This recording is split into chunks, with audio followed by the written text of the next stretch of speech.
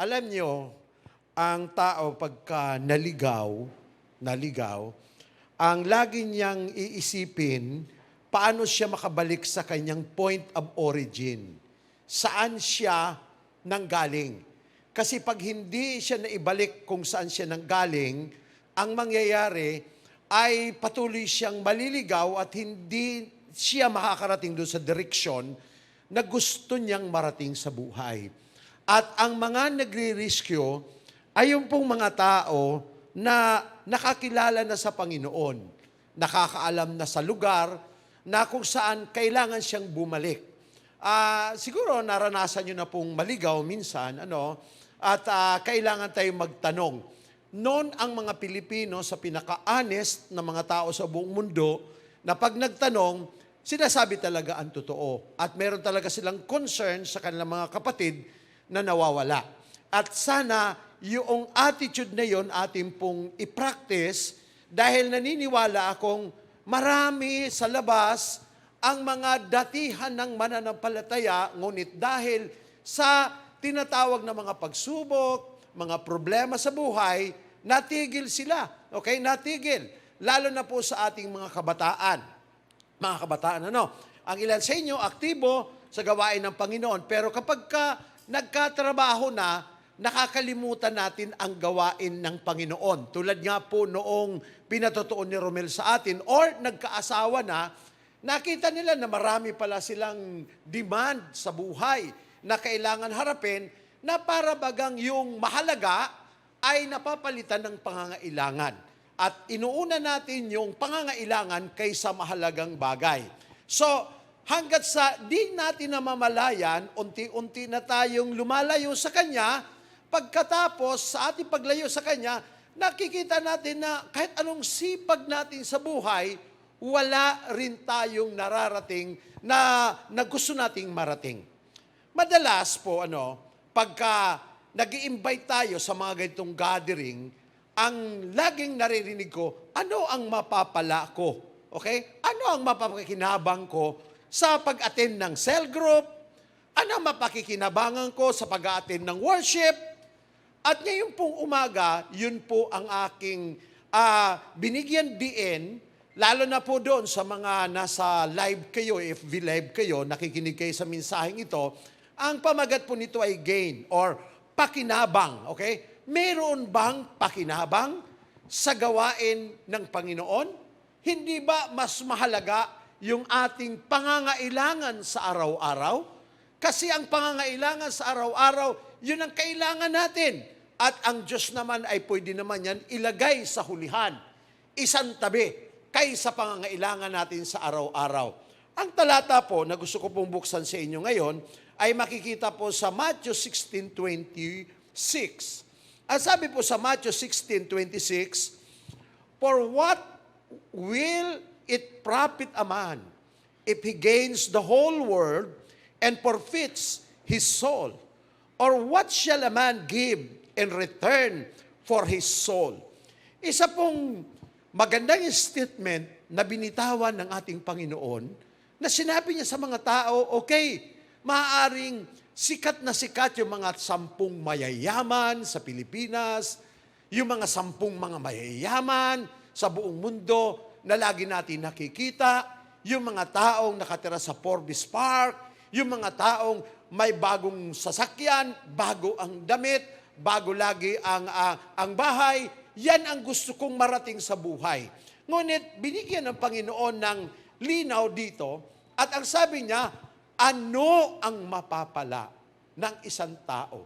Makamtan man niya ang buong mundo. Ngunit kung mawawala naman ang kanyang kaluluwa, ano ang kanyang mapapakinabangan? So, sa mata ng Diyos, ipinakita dito na kapag ang Lord ang tumingin sa atin, ang tinitingnan niya, hindi yung kondisyon ng ating kabuhayan. Sa halip ang tinitingnan niya, yung kalagayan ng ating kaluluwa. Ito ba ay tama? Ito ba ay naasaayon sa kanyang kalooban? So, ang napansin ko po, una po, without God, the beauty of man will not bring gain. Minsan, makikita po natin, Ah, sa kabataan, maaring maipagmalaki mo ang inyong kagandahan. Bata ka pa eh. Naalala ko noong bata pa ako, ang tagal ko sa salamin eh. Tingnan ako lagi. Parang ang cute ng mukha mo, tapos nagpa-practice ka pangiti, di ba? Yung paano ka ngingiti, ako may liligawan. Paano kayo mga tingin na nga kaakit-akit yan? Titingnan yung katawan ko, kailangan ako barber. Kailangan yan eh. Kailangan magpalakas kasi para may looks ka. May dating. Yun yung pinagmamalaki natin. Tapos yung mga kababaihan naman, syempre, nagpa-practice, di ba? Yung ganda. Tapos, sabi nga kapag may ganda ka, medyo nakakalamang ka na. Okay? Nakakalamang ka na. Tapos, maraming nanliligaw sa iyo. Maraming tagahanga sa inyo. Maraming gustong makipagkaibigan sa iyo. At talagang proud na proud ka ng inyong beauty. At maaari naging successful ka sa beauty mo. Nakapag-asawa ka ng mayaman, siyempre wala pong maganda na nakapag-aasawa ng pobre kadalasan. Kasi ang ibang mga babae, ginagamit nila yung kanilang beauty para magkaroon ng money. Okay? Kasi nga, pagka may money, madali lang maging beautiful. Kahit beautiful ka, kapag walang money, ay unauwi din sa pagiging pangit. Okay na. Sa panahon ngayon, sabi niya, wala nang pangit eh, basta't may pera. Tama ba? Yung kilay, naaayos. Yung ilong, naaayos. Yung chin, ano Tagalog ito, chin? Yung baba, pwede na ibababa. Okay? Basta may pera. Natatapyasan yan eh. Di ba? Yung ipin, pwede yan lagyan ng brace. Napapaganda, basta may pera lang eh. Okay? Yung kulay, glutathione lang ang katapat dyan. Medyo liliwanag na ng konti. Di ba? Yung buhok, makulot, maunat, napapaganda yan. Okay? Napapaganda yan. Yung katawan, pwede yan tabasan. Kung medyo malaki ang katawan, pwede tabasan yan. Lahat yan, para lamang gumanda ka. Okay? Gumanda ka. At maaaring, sa ganda mong yan, naging successful ka. Pero hindi mo ba alam na ang panahon ay naglalakbay? Ang araw ay umiikot. At ngayon maaring maganda ka na. Pero kinabukasan may lilitaw na mas maganda pa sa iyo. Kasi nagkakaedad ka. Ngayon, maaari hinahangaan ka ng marami. Pero hindi mo alam, napakataas ng standard mo, bukas makalawa sa sobrang mong taas ng standard mo, wala na palang lumapit sa iyo. At nagpupumilit ka ng pilitin ang nakaraan na mangyari sa buhay mo, ngunit parang wala na. At the same time, mag-start ka ng ma-prostrate, malungkot, in despair, ma-discourage sa buhay, kasi nga, ikaw ay napag-iiwanan na ng panahon. Kung ikaw ay walang Kristo sa iyong puso, yan ang aabutin mong buhay. At maaari, bukas makalawa, ikaw na yung pinakamalangkot na tao sa ibabaw ng mundong ito. Marami rin kabataan na habang bata pa, hindi sila nag-iisip na mag-invest sa spiritual investment. Okay sa kanila na a-attend, pero hindi nila siseryosohin yun. Sabi nga nung isa kong pamangkin sa Amerika, we have time for that, uncle. Just wait, we have time for that. But now, my priority is my business. My priority is my career. My priority is how to gain money. Because without money, life is useless. But in God's sight, without God, life is useless. Yun po yung reality. Ngayon, ang problema, ito, nagkaedad ka na. Nagkapatong-patong na ang problema mo. Pagkatapos, wala kang Kristo sa puso mo at di mo alam, maging kapartner ang Panginoon sa buhay mo. What will happen sa buhay mo?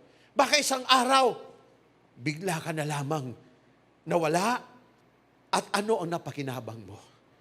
Ano ang kinita mo? Wala.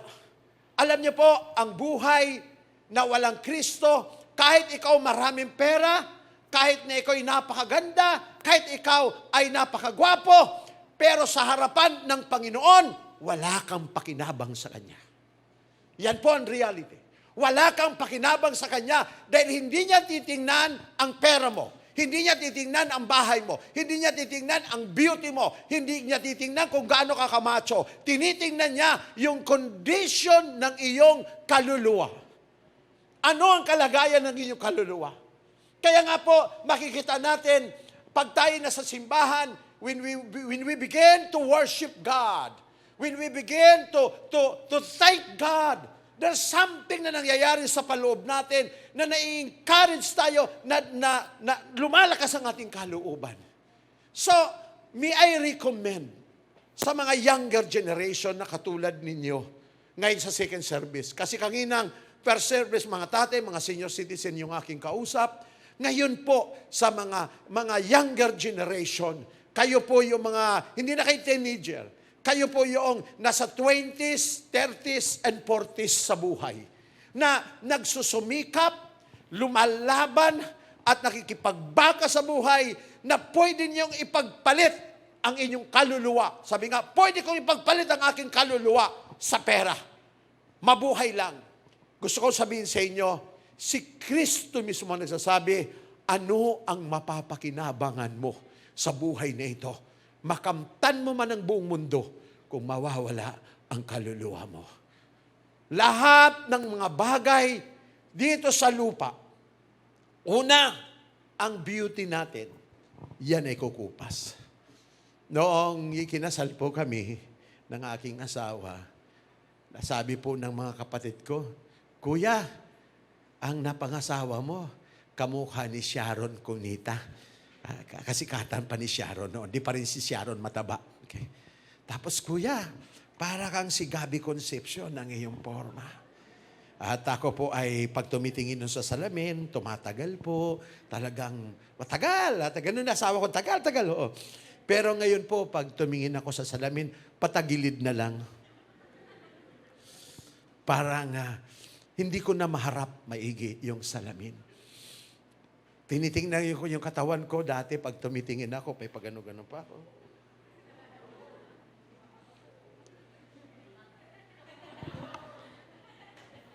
Pero ngayon, kahit na nung ipit ko ng tiyan ko, di ko na talaga magawa. Ginawa ko na ng paraan ito. Okay? Nag-jogging na ako, nag-push up na. Okay? Di na ako kumain para lang lumiit. Hindi talaga lumiliit. Nanginginig na ako pag di ako kumain. Kaya sabi ko, Ma, lutuan mo na ako ng pagkain. Kung sabihan mo, bilisan mo. Kasi nga, yung katawan mo, medyo may edad na. It passes away. Kung hindi ko nagawang maging ka-teamwork si Lord ng aking kabataan, ang tanong ko, nasaan kaya ako ngayon? Ano kaya ang magiging buhay ko? Maaari siguro, insecure na ako. Senior citizen na ako. Parang wala na akong karapatan na mabuhay sa mundong ito. Para siguro pag-aaralan ko kung paano hindi na huminga. Kasi hindi na ako bagay sa mundong ito. But one thing I've learned, kapag ikaw pala ay may Kristo sa puso at ang Kristong ito naging kapartner mo sa buhay, habang nagkakaedad ka, higit na maraming nangangailangan sa iyo. In demand ka. Dahil meron kang karanasan sa buhay nito, paano ka nabuhay, nagtagumpay sa buhay nito, paano ang Diyos nakatulong sa buhay mo. Opo, malaking tulong ang Panginoon sa buhay natin, mga kapatid. Malaki. Paano siya naging malaking tulong sa buhay natin kung siya ang ating ilalagay sa unahan at tayo na sa kanyang likuran. Kung atin siyang pakikinggan sa bawat mga transaksyon natin sa buhay at susundin natin siya, tiyak hindi tayo mapapahamak. Hindi tayo magiging katulad ang kwento ng ibang tao na nakulong, iniwan ng asawa, kasi naging adik, naging lasinggo, nakapatay, at ngayon kababalik lang sa bilangguan, at ang mga anak namin ay kung saan nagkalat. Maiiwasan natin ang ganyong klaseng buhay. Maiiwasan natin yung buhay na nagkaroon na ako ng bahay, nagkaroon ako ng sasakyan, nagkaroon ako ng negosyo. Dahil sa bisyo, dahil sa walang direksyon ng buhay, lahat ng yun nawala. At ngayon balik ulit ako sa isang buhay na pasimula kung saan ako ay matanda na. Maiiwasan ang ganung buhay. Maiiwasan ang buhay na nagkaasawa ka, nagsumpaan kayo na sa habang buhay magmamahalan. Pero ngayon, hiwalay ka na sa asawa mo at yung asawa mo ay meron ng ibang kinakasama. Ganon din ikaw ay meron ng ibang kinakasama. Maiiwasan ang ganong klaseng buhay. Kung atin maaga pa naging kapartner natin ang ating Panginoong Jesucristo. So younger generation, pakinggan po natin ito. What a profit a man if he gained the whole world and loses his own souls? Ano ang kapalit ng kanyang kaluluwa kapag nawala siya sa piling ng ating Panginoon? Now, tatanda tayo. Mawawala. Ang bahay, maluluma. Ang sasakyan, magpapalit ka at magpapalit. At hindi lamang magpapalit. Maaaring yan ay di mo na makayanan bumili pa ulit. Pero pagka wala ka sa Panginoon, mararamdaman mo ang buhay na parang kawawa, naiwanan, kung wala ka kay Lord, kapag nawala na ang mga bagay na gusto mo sa buhay. At gusto ko rin paabot sa inyo, na yaang mga bagay na hinahanap ng mundo, tulad ng pera, mamahaling bagay, masaya ka lang dyan kapag bago pa. Pero pag yan luma na, wala na dyan ang kasayahan mo. Hindi mo na makikita ang sarili mo. Within fact, ha? Darating ang panahon na hindi na yan makapagpapaligaya sa inyong buhay. Nag-usap kami nung pangalawa kong anak kagabi. Sabi ko, alam mo anak, naranasan ko nung binata pa ako, na almost 3 years hindi ako nagluto. Tuwing kainan, sa labas ako kumakain. Sabi ko sa kanya, sabi ng anak ko, naranasan ko rin ganun yan, Papa, na tuwing kainan, masasarap na pagkain ang aking kinakain. Ano naging resulta, anak? Sabi niya, dumating ang panahon na pagtingin ko sa pagkain, pari-parihas na lang. Wala nang masarap sa kanila.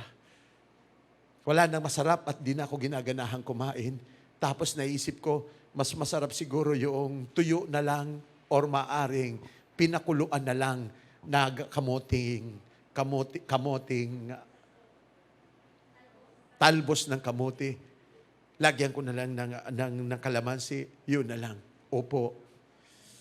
Lahat ng inaasam-asam natin sa buhay, pag nakamta natin, sasabihin mong, ito lang ba yun? Ganito ba yan? Pero sabi nga ng Panginoong Sus, sa babaeng Samaritana, babae, uminom ka ng uminom ng tubig na ito. Pero muli kang mauuhaw. Pero pag natikman mo ang tubig na ibibigay ko sa iyo, kailanman hindi ka na mauuhaw. Hanggang sa tumanda ka na hindi ka na mauuhaw. Sabi ng babaeng Samaritana, Panginoon, gusto ko po yung tubig na ibibigay mo sa akin. Sabi ng Panginoon, sige, kunin mo ang asawa mo, dalhin mo sa akin. Sabi niya, wala po akong asawa. Sabi ng Panginoong Sus, oo, tama, wala kang asawa, pero may 5 kang kinakasamang lalaki, pero hindi mo asawa. Sabi niya, ikaw ang propeta. And suddenly, yung babaeng yan, nag-turn into 180 degrees sa kanyang buhay. Bakit? Kasi doon lang niya nakita ang magandang purpose ng Panginoon sa buhay, na ang kanyang hinahanap na kaligayahan, gusto niyang matugunan yung emptiness sa heart niya, hinanap ito sa pamamagitan ng mga lalaki, sa anumang mga bagay, sa kanyang kasikatan, pero nung maabot niya yon, wala para doon. Bakit? Kasi ang tao ginawa na spiritual na bagay ng Panginoon. At kailangan tayo, para tayo lumigaya, para tayo sumaya, we must go back to the origin where we came from. Kailangan tayo bumalik doon sa dati nating pinanggalingan, kasi yun lamang ang magbibigay sa atin ng kasiyahan. And we need each one of us na kailangan talagang makinig, kailangan tayo mag-aral, kailangan tayo matuto, at kailangan itama natin ang ating buhay. In this church, lagi nating itinataas ang ating Panginoong Jesucristo. Dahil naniniwala tayo na ang Panginoon ang siyang dapat na maitaas, hindi sino man sa atin. Walang superstar dito. Ang Panginoong Kristo lang. Ulit-ulitin ko po, yung sinasabi ng Panginoon, makamtan mo man ang buong mundong ito. Ang kayamanan ng mundong ito. Ngunit kung mawawala naman ang kaluluwa mo, ano ang ipapalit mo sa kaluluwa mo?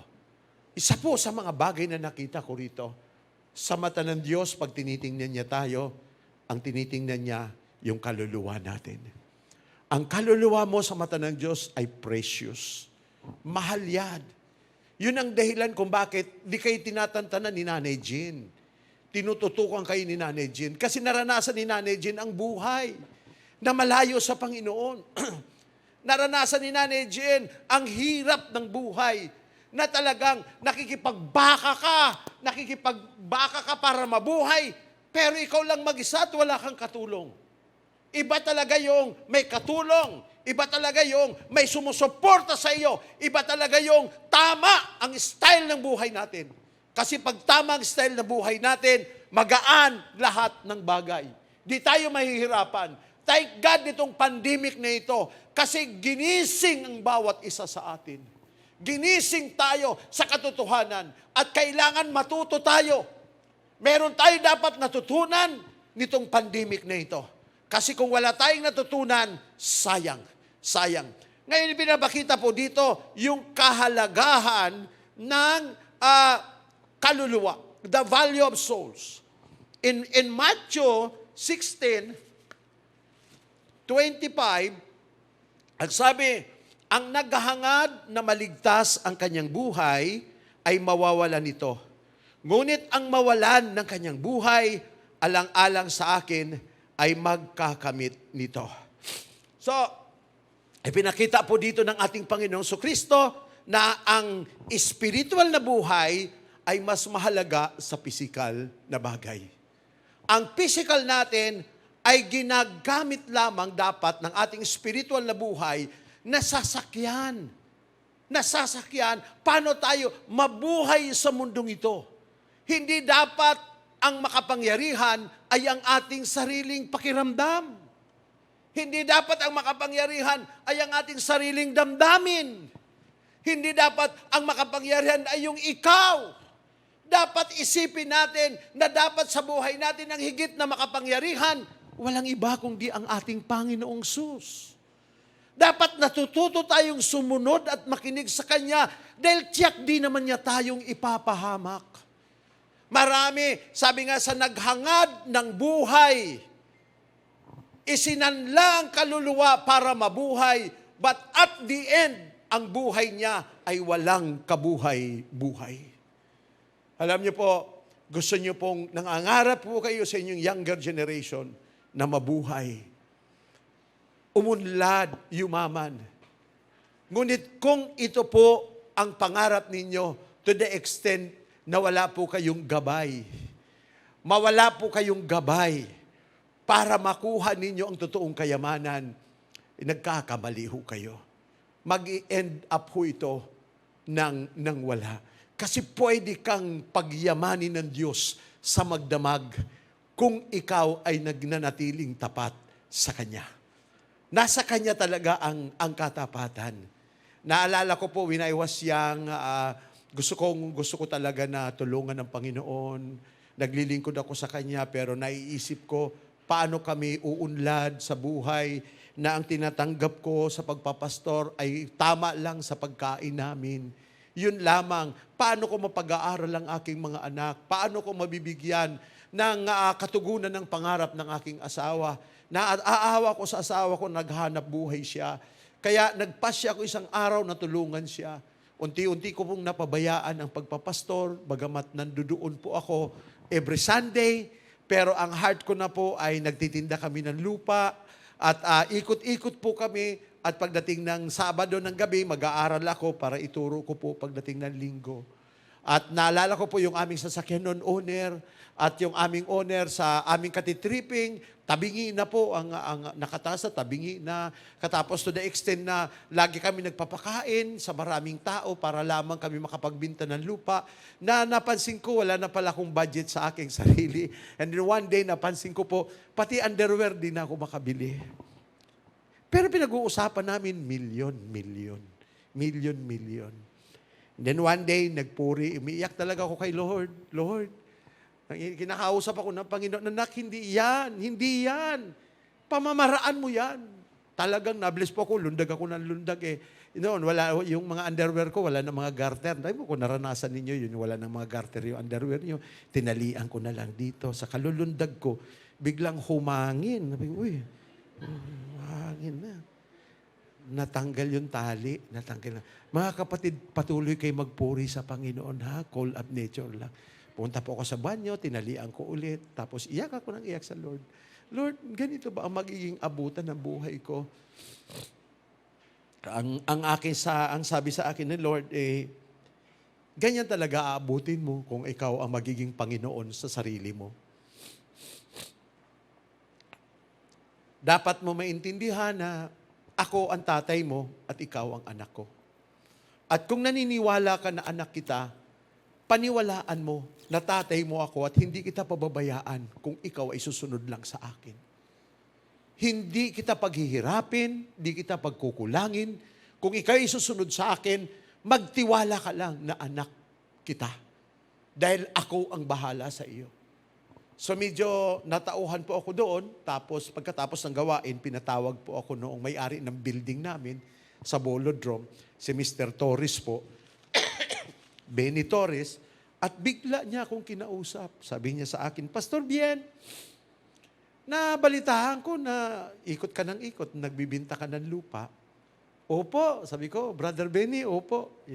Sabi niya, hindi naman po sa nakikialam ako sa buhay mo, pero gusto ko mong ipaabot sa inyo na pastor ho kayo.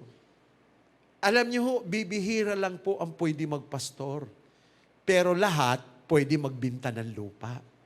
Bakit nakisabay ka pa roon sa magbibinta ng lupa? Na yung mga nagbibinta ng lupa, pwede yun. Hindi pwede magpastor yan. Ha? Ikaw pinili ka. Pero ikaw naman tinawag magpastor, nagbibinta ka ng lupa. Natauhan ako. Tapos, yung asawa mo, ano ho ba siya? Certified Public Accountant. O kita mo na, Certified Public Accountant, tapos ngayon nagbibinta na lang kayo ng lupa. O, opo eh.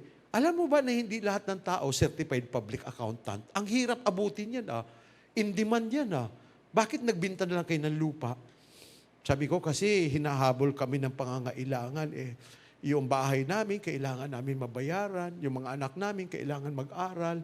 Gusto namin makabali ng magandang sasakyan. O ano naman ang nangyari?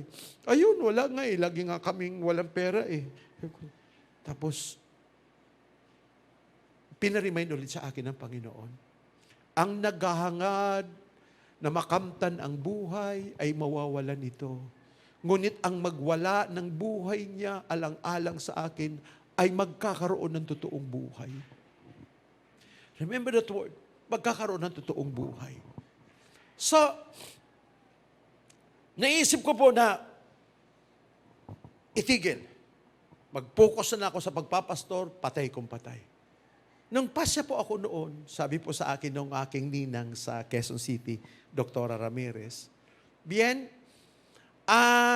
nagbibinta ka ng lupa, pero hindi kita ina-encourage na magbinta ng lupa. Pero meron ako sa iyo ibibigay na opportunity. Meron akong 5 property sa Tagaytay. Exclusive na ibibigay ko sa iyo. Taon-taon ibinta mo lang ang isa at bibigyan kita ng 5% commission. Alam niyo po, sabi ko salamat. So nag-focus na ako sa gawain ng Panginoon. Pag sabi ng ninang ko, anak, magbinta ka ng isa. Ilagay ko lang sa karatula. Kalalagay ko lang sa karatula, hindi pa ako nakakauwi sa bahay. May tumatawag na sa akin, kayo po ba yung may-ari ng lupa? Ako po yung tagapamahala. Gusto ko po yung lupa nakita ko na po Gusto ko pong bayaran na. Pwede ba tayo magbayaran nitong linggo? Sabi ko, hindi pwede ho, kasi pastor ho ako. Sa lahat naman ng ahente, ikaw yung hindi excited na tumanggap na ng komisyon. Ay, hindi po ang inuuna ko yun eh. Inuuna ko talaga ang gawain ng Panginoon eh. Mag-antay na lang po kayo. Kailan kayo pwede? Lunes, pwede na ba kayo? Babayaran na kita. Sabi ko, may appointment pa ako Lunes eh. Martes, ganun din eh. Kailan ka pwede? Pwede ako Miyerkules umaga lang. O sige, Miyerkules umaga lang ha, magkita tayo sa gitong lunes. Opo, umaga lang tayo magkita. Dadalhin ko na po yung may-ari ng lupa. Alam niyo po, pinasunod ko siya sa Panginoon. Alam niyo yung problema sa atin, nakita ko nung, maniwala ho kayo, lagi po ako nakakabinta. Taon-taon bumibinta po ako ng isa na ang commission ko, kala kong bumili ng segunda manong kotse. Pinakita sa akin ng Diyos. Hindi ka masisero. 5 years. Bumibinta ako ng isang lupa. Okay? Isang lupa. 5 years. Na hindi nga siyado ako nagbibinta. Pinatunayan sa akin ng Panginoon na kung siya ang gagawin kong Panginoon, patutunayan niya sa akin na hindi ako pagkukulangin sa buhay na ito. So, younger generation, ano ang dapat natin gawin? Kilalanin natin siya bilang Panginoon. Kung talagang tatay tayo, kung talagang tatay natin yung tatay sa langit, ay talagang pangatawan na natin ang pagiging anak. Maging masunurin tayong anak at paramdam natin sa Kanya na sa Kanya tayo umaasa kasi ang Kanya talagang concern sa atin ay ang ating kaluluwa. Hindi magtatagal, iiwan natin ang ating bahay. Hindi magtatagal, iiwanan natin ang ating asawa, iiwanan natin ang ating mga anak. Di magtatagal, haharap tayo sa Diyos na mag-isa at wala tayong kasama roon, kundi tayo lang at ang Panginoon. Sa pagharap natin sa Panginoon, ay ang Kanyang itatanong, hindi ilan ba ang pera mo sa bangko, ilan ba ang savings account mo, dollars account mo, saan ka bangko nagdeposito, hindi ganun ang titingnan niya eh. Hindi niya ganun tinatanong niya. Hindi nga tatanungin kung magkano utang mo eh. Sino ba na pagkautangan mo? Hindi riyan tatanong kung sino sinampal mo, sino ang niloko mong tao. Hindi. Ang tatanungin niya ay, anak, ibinigay mo ba yung buhay mo nung ikaw'y nasa lupa? Ginawa mo ba akong Panginoon? Pinahalagahan mo ba ang cross na kung saan binayaran ko ang lahat ng kasalanan mo? Pinahalagahan mo ba yon? At sabihin mo sa akin kung ano ang karapatan mo pumasok sa aking kaharian. Pag gano'n na ang tanungan, mag-isip na kayo. Baka lahat ng karapatan sabihin mo, Panginoon, bukya ako. Kaya dapat, pag sinabi niyang, anak, sabihin mo sa akin, ano ang karapatan mo? Bakit kita papasukin dito sa kaharian ko? Siguro sabihin mo lang, Panginoon, ginib up ko po lahat ng karangyaan para sa iyo. Bata pa ako, sumunod ako sa iyo, pinagpala ako, ngunit ang mga pagpapalang binigay mo sa akin, ibinahagi ko rin sa iba. Marami akong natulungan. Nagpagamit ako sa iyong simbahan, naitayo yung iyong simbahan, Panginoon, at ako'y isa sa mga tumulong doon. At pinagtatawanan ako ng marami, pero hindi ko sila pinakinggan dahil mas sigit na mahal kita, Panginoon, kaysa kanila. Baka sabihin ng Panginoon, anak, natutuwa ako sa iyo. Pinaglaban mo ako. Pwede ka nang pumasok sa kaharian ko. Di ba? Yan yung mga bagay na yun na dapat natin makita, maunawaan. Kasi ito'y practical na bagay na mangyayari at mangyayari ito. Hindi ito pelikula. Maniwala ka, hindi ito pelikula. Hindi ito palabas. Hindi ito Netflix na sinusundan nyo sa series na ang galing bumaril. Hindi ganito to. Talagang reality ito. Na paglubog ng araw, ang bilis ng panahon, haharap na tayo. Meron lang tamaan sa atin dito, positive, maging positive lang ng coronavirus. At ikaw ay meron existing na sakit, delikado na po yun. Kaya sa panahong ito, nang walang katiyakan, kailangan ng buhay natin. Ialay natin, ilagak natin sa paanan ng Panginoon. Sa mga nakikinig sa FB Live, gusto kong ipaabot sa inyo, mahal kayo ng Panginoon Diyos. Mahal nyo rin ba siya tulad ng pagmamahal niya sa iyo?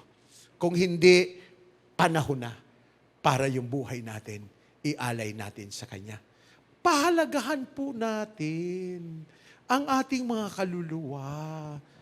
Pahalagahan ho natin. Hindi po nangangahulugan na pag namatay ka, tapos na. Pag nagbigti ka, tapos ng problema mo. Mas matinding problema ang haharapin mo dahil ang tao ay walang kamatayan.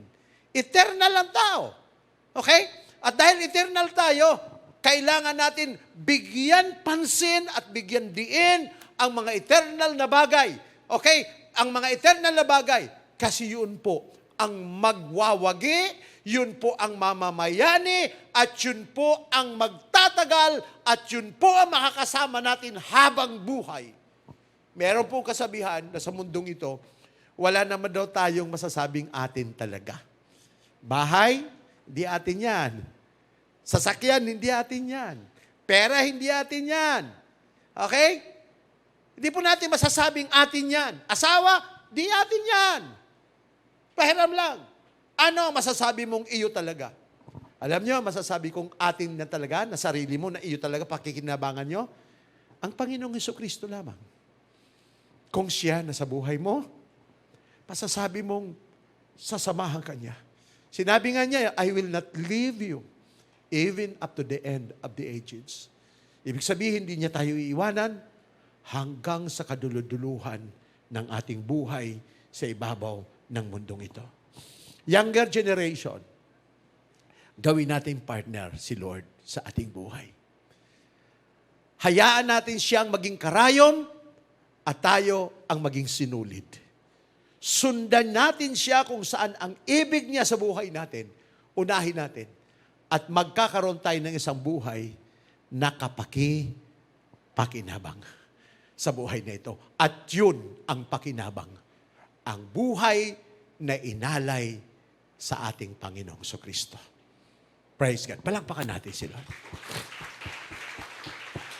Tayong lahat ay tumayo. Stand. At ngayon pong tanghali, ano man po ang pangangailangan ninyo, maybe ang Panginoon ay hindi pa lubos na ating Panginoon sa ating buhay. Maaari ninyo pong ulitin ang panalangin ito. Or maaari kayo isang Kristiyano na nanghina, lumayo, gusto niyong ma-rescue, masagip ng Diyos sa tanghaling ito. Pwede niyo pong ulitin ang panalangin ito pagkatapos ko. Ulitin niyo po ng taos sa inyong puso. Ulitin niyo lamang po pagkatapos ko. Panginoong Sus, lumalapit ako sa iyo sa oras na ito. Kinikilala ko ang mga pagkukulang ko at kamalian.